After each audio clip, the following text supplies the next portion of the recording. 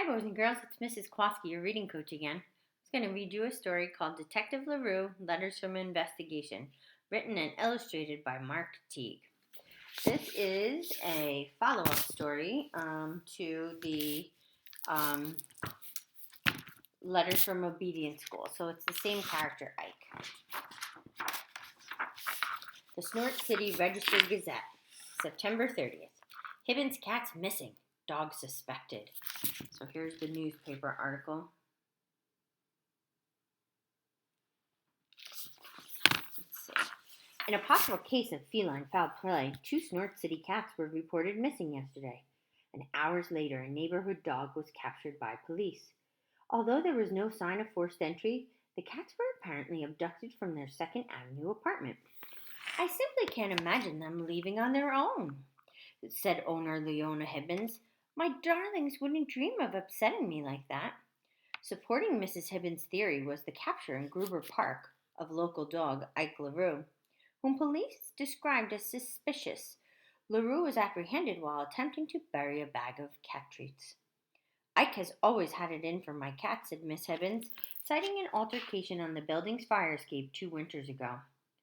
I just want to know what he did to them this time. The dog's owner, Gertrude LaRue, is currently vacationing in Europe. Ike will be detained at police headquarters. Dear Mrs. LaRue, October 1st. I hate to disrupt your vacation, but you must return immediately. An unfortunate misunderstanding, as well as very sloppy police work, has landed me in jail. The case involves the Hibbins cats who have mysteriously disappeared. As usual, everyone blames the dog, without even considering whether the cats might be guilty of something. Needless to say, reports that I was attempting to steal their strangely yummy cat treats are entirely false. Come home now. Sincerely, Ike. P.S. This must seem familiar. So see, that's the letter he's writing to Miss LaRue pretty comfortably. And then there he is in jail. October 2nd. Dear Miss LaRue, the police continue to interrogate me about what happened to the Hibbins cat. I wish I knew. The last time I saw them, they were sunbathing in Gruber Park. I went to retrieve their cat treats, which they had foolishly left on the swings, and when I returned, they were gone. I knew Mrs. Hibbins is upset, but of course, I'm sure she'll get over it. Between you and me, they aren't very good cats. Sincerely, Ike. P.S. Imagine how I feel cooped up in this place. Now there he is with the cat treats, right, in the park. And here he is cooped up. He looks like he's not having a problem there. He's playing cards with the policeman. October 3rd. Dear Mrs. LaRue, if you really want to know why I was in Gruber Park, the truth is that I was doing Mrs. Hibbins a favor. The cats had threatened to damage her apartment, as only cats can, unless I let them out for some fresh air. Reluctantly, I agreed. Now it appears they had more in mind than a simple walk in the park. My kindness was repaid with deception. I have learned my lesson. Regretfully yours, Ike. P.S. No, I don't think it would be best for me to remain with the nice police until you finish your vacation. So there they are. They were going to damage the apartment, and here he is playing checkers with the police. Doesn't look so bad for Ike. October 4th. Dear Mrs. LaRue, I can't begin to tell you how dire this situation has become. Mrs. Hibbins insists that I'm responsible for losing her cats. Plus, she has managed to convince everybody they were rare and valuable. Nobody stops to consider how unlikely that is, but nothing is being done to find them. Apparently, it is easier for some people to blame a dog than to solve a crime. In fact, the police claim to be working on another case entirely. It looks like I'm going to have to take matters into my own paws and solve this mystery myself. Your intrepid dog, Ike. P.S. Besides, it has become shockingly apparent that you do not intend to get me. So here it says, record pumpkin awarded at the fair. And then here it says, no news on cats, dog still blamed. And here they have a flyer that says reward for the cats. October 5th, Snort City Register Gazette. LaRue flees custody. Cat still missing. Just days after being captured, local dog Ike LaRue apparently escaped from headquarters yesterday. He just sort of walked out, admitted Officer Louis Sparky Waldorf. LaRue is considered a suspect in the earlier disappearance of two cats belonging to Leona Hibbins of 2nd Avenue. Waldorf acknowledges that the investigation into the case has stalled. We've all been distracted by the canary burglaries. Until we can establish who has been stealing these birds, I'm afraid we won't be able to focus on the Hibbins cats. For more on the canaries, see A1. As for LaRue, Waldorf speculated that the dog will return as soon as he gets hungry. Canary burglary. That was this article. Now we're going to read this one. Right? There's the policeman. Snort City Police report that 2 canaries and a minor bird were stolen from Birdland Pet Store on Flopworth Street last night. The burglary closely resembles the theft from the other stores this week and may mark the beginning of a major crime spree. Investigators admit to being completely baffled. We can't figure out who would commit such crime, said Chief Detective Mavis Bickle. October 6th, South Snort City. Dear Mrs. LaRue, yes, I have escaped. Furthermore, my search for the Hibbins cat has taken me into an awful part of town. Here, the cats roam the streets freely day and night, howling and knocking over trash cans and clawing people's ankles as they walk by. It's a terrible place, Mrs. LaRue, but by handing out a few cat treats, I've been able to turn up some very interesting facts. For instance, did you know that cats regularly capture and eat small animals? I had no idea. I will tell you more as the case begins to unfold. Sincerely, Ike. P.S. Imagine the danger and the hardship. So there he is, trying to figure stuff out. And here is where he's staying. So I don't know how much of a hardship or dangerous that is. That looks like a pretty nice place. October 7th, South Snort City. Dear Mrs. LaRue, today my investigation led me to a pigeon named Rocco, who told me that half of his family was lost in the attacks by, you guessed it, cats. It seems that even our lovely feathered friends are not safe from these little monsters. It's clear to me that I must find Mrs. Hibbins' cats quickly for the good of the city. Yours truly, Ike. So here, but Ike's crying. Here's Rocco telling them the story. But again, he's staying in a pretty nice place, wherever that is. October 8th, Trundlebrook.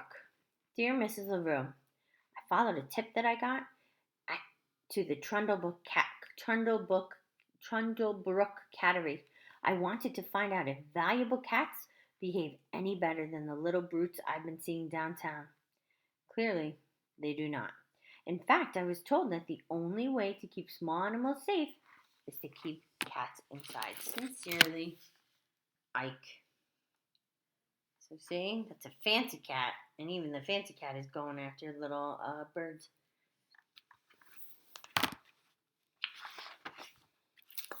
October 9th, back in Snort City. Dear Mrs. LaRue, the news today is all about the latest canary burglary. Only this time, the criminals made off with 2 parrots and a gerbil as well. Have you noticed that this terrible crime wave began just after the Hibbins cats disappeared? It isn't a pleasant thought, but of course a dog must follow his instincts. Yours, Ike.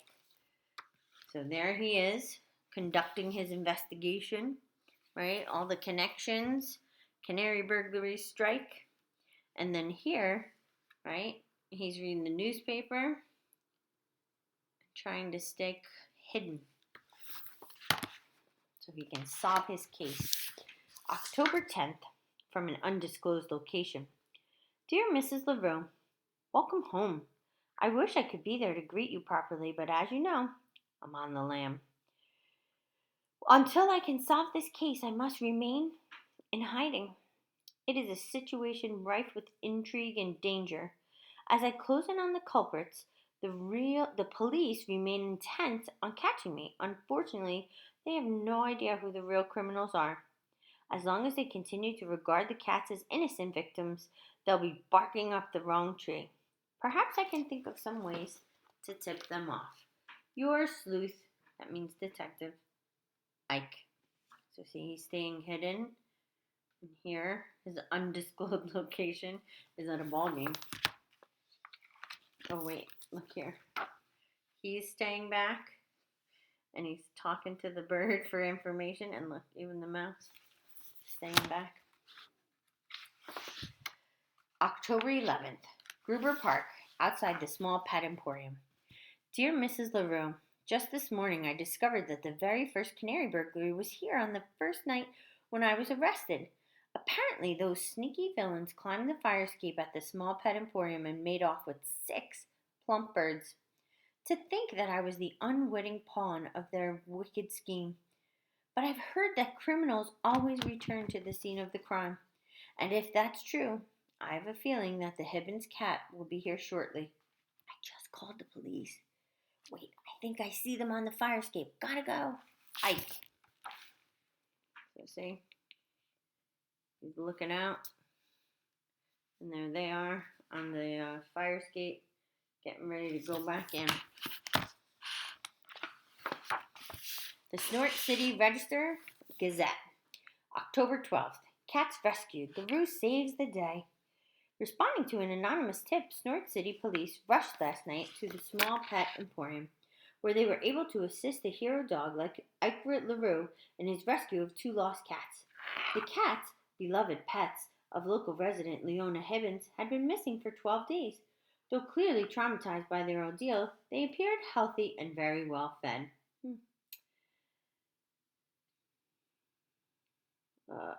LaRue apparently found the cats clinging to a fire escape and was able to hold them until police arrived. To tell the truth, we had considered the dog a suspect, especially after he escaped, said Chief Mavis Bickle. We see now that he was simply determined to save his little friends. He was searching for the cats all week, confirmed the dog's owner, Gertrude LaRue, who recently returned from France. I'm proud of my Ike. Even Mrs. Hibbins, who had been critical of LaRue prior to the rescue, said I would completely misjudged him. I didn't know he cared so much about my little cats.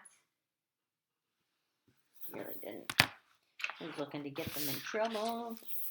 October 12th, Police Headquarters. Dear Mrs. LaRue, unfortunately, you can't believe everything you read in the paper. Although they portrayed my heroism nicely, I'm afraid the police completely misjudged the situation. Instead of making an arrest, they made a rescue. Oh well, somehow humans are never able to see the truth about cats. For me, that's the real mystery. Anyway, the police are a swell bunch, and I have no more hard feelings. See you soon, Ike. So they're all friends again, except for the cats don't look too happy. Snort City Register Gazette, October 20th. LaRue named honorary detective. Dog praised in a police ceremony. In a ceremony at City Hall yesterday, local dog Ike LaRue was presented with a detective badge, and he was cheered for wildly for his role in rescuing 2 cats earlier this month. What he did was first-rate police work, said Chief Mavis Bickle. The ceremony was made possible by an almost complete absence of crime over the last couple of days. Even the canary burglaries seem to have ended. We've had a lot of free time on our hands. Mayor Mitzi Slepper agreed. Nothing else is happening. It seemed like a good time for a ceremony.